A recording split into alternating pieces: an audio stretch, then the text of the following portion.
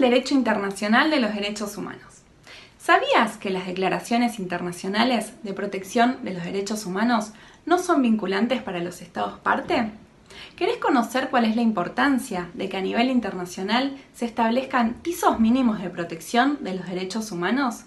Y sobre todo, ¿querés saber cuál es la diferencia entre declaraciones y convenciones de protección de los derechos humanos y por qué las segundas son las que los estados están obligados a cumplir?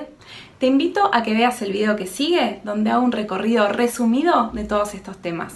Siempre que les pregunto a mis estudiantes cuál es el documento más traducido en el mundo, siempre me contestan que es la Biblia. Y en realidad no lo es. Sin embargo, este documento ganó el premio Guinness en 1999 por haber sido traducido a 298 idiomas.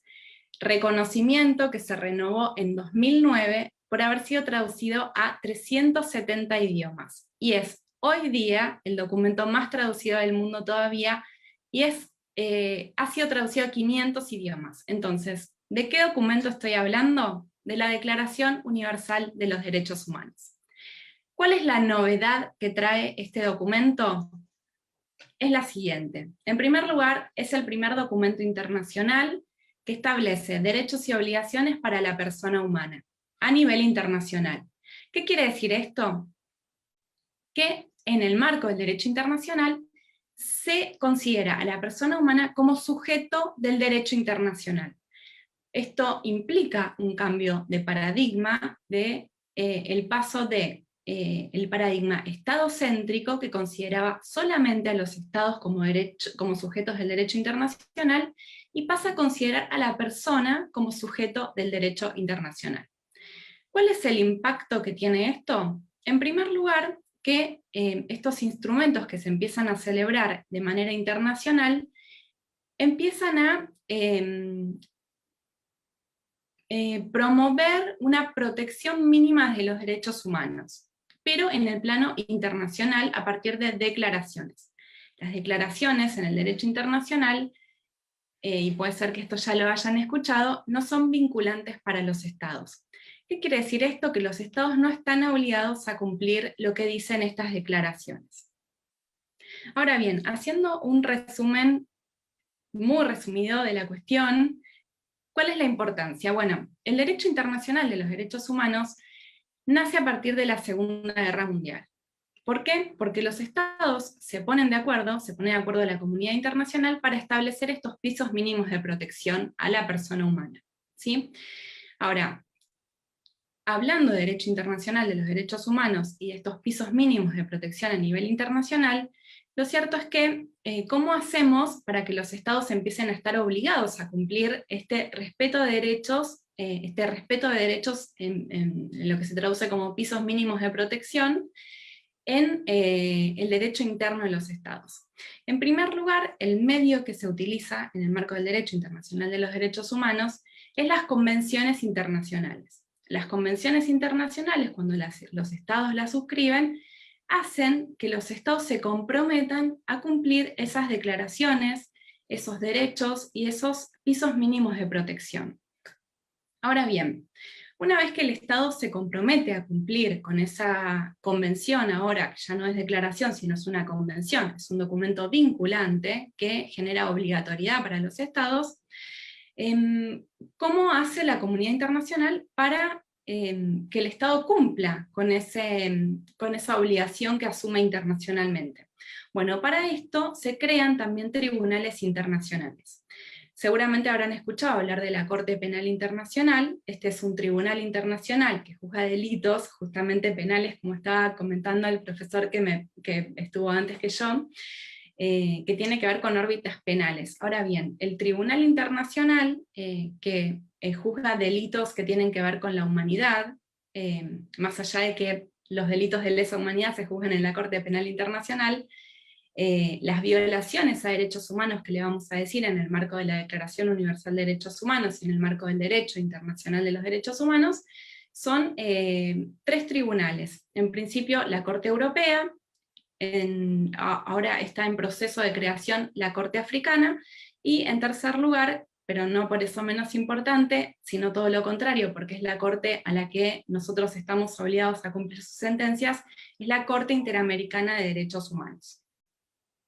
Ahora bien, la Corte Interamericana de Derechos Humanos, cuando juzga un caso que tiene que ver con violaciones a los derechos humanos, lo hace aplicando distintos principios que tienen que ver con el derecho internacional de los derechos humanos. Uno de esos principios, para hacer de ejemplo, como para poder que ustedes vayan metiéndose un poco en la temática, aunque como dije recién muy resumidamente, es el principio de progresividad, que indica que los derechos contemplados, en este caso en la Declaración Americana de Derechos Humanos, que es la convención que nos obliga a todos los estados de Latinoamérica, que por supuesto ratificaron esa convención y aceptaron que sea la Corte Interamericana la que va a definir los casos que generen controversias.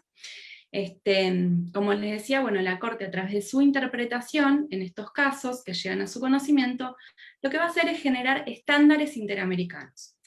Va a generar, a partir de esos pisos mínimos que establece la Convención Americana de Protección, los va a ir elevando. Para que no sea una charla tan teórica, me gustaría darles un ejemplo. Nosotros en las legislaciones internas, si bien, bueno, yo soy de Argentina y estamos en otro lado, pero bueno, esta es una de las ventajas que tiene el derecho internacional de los derechos humanos, que podemos hablar de distintos países y de distintas culturas y de distintos ordenamientos jurídicos. Como les decía, bueno, la Corte Interamericana establece estándares y esos estándares resultan obligatorios para los estados que ratificaron la Convención y que aceptaron la competencia de la Corte Interamericana. Estos estándares, por ejemplo, con respecto al derecho a la vida, las legislaciones penales protegen el derecho a la vida principalmente, porque generalmente tienen una norma que establece una pena para quien le quite la vida física a otra persona, y es un derecho que también establece la Convención Americana, la protección de la vida física, ¿sí? ¿Por qué remarco esta protección de la vida física? Porque la Corte Interamericana, a través de una sentencia, en el caso de los niños de la calle, amplió el contenido del derecho a la vida y estableció que la vida no solo era esta condición de vida física, sino que esta vida tenía que cumplir condiciones de dignidad, ¿sí? Que la vida tenía que tener unas ciertas condiciones que hacen a una vida digna, que puedan tener las personas un proyecto de vida, que las personas le puedan dar un sentido a su vida y que puedan desarrollar ese sentido de vida y ese proyecto de vida en libertad. Obviamente esa libertad en función de la sociedad a la que pertenecen, porque no somos personas que vivimos en soledad, sino en sociedad. Estoy haciendo un recorrido súper rápido, les pido disculpas, después si quieren preguntarme yo, estoy abierta a las preguntas. Bueno, ¿por qué estoy hablando también? Recordemos, hablé de pisos mínimos, hablé de estándares interamericanos que elevan esa protección de pisos mínimos. Ahora, estoy hablando de derecho internacional de los derechos humanos. ¿Cómo hacemos o de qué forma pasan estos estándares a ser aplicables en el derecho interno? Tanto en Perú como en Argentina y como en los otros países que yo mencionaba recién, por un instituto que se llama control de convencionalidad.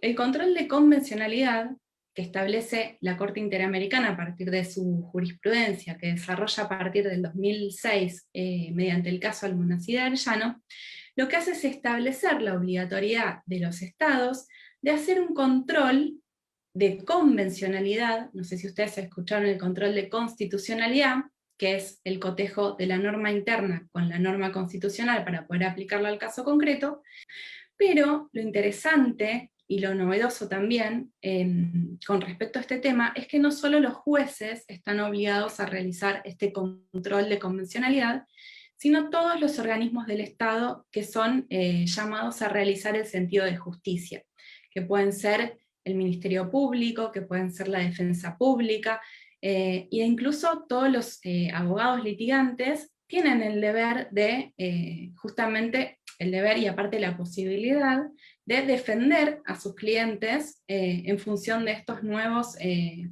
esta nueva amplitud de los derechos que se establecen internacionalmente. Incluso, también podemos decir que si el derecho que está establecido en la norma internacional no está regulado en el derecho interno, siempre va a prevalecer la norma internacional. ¿Y esto por qué? Porque los derechos que se establecen en las convenciones internacionales que el Estado suscribe son operativas. ¿Qué quiere decir operativas? Que no necesitan que el Estado, digamos, legisle una norma o regule una norma dentro del Estado para que se pueda aplicar ese derecho o para que se pueda hacer valer o que no tenga que garantizarlo. Bueno, este es es una pequeña exposición de qué va el derecho internacional de los derechos humanos.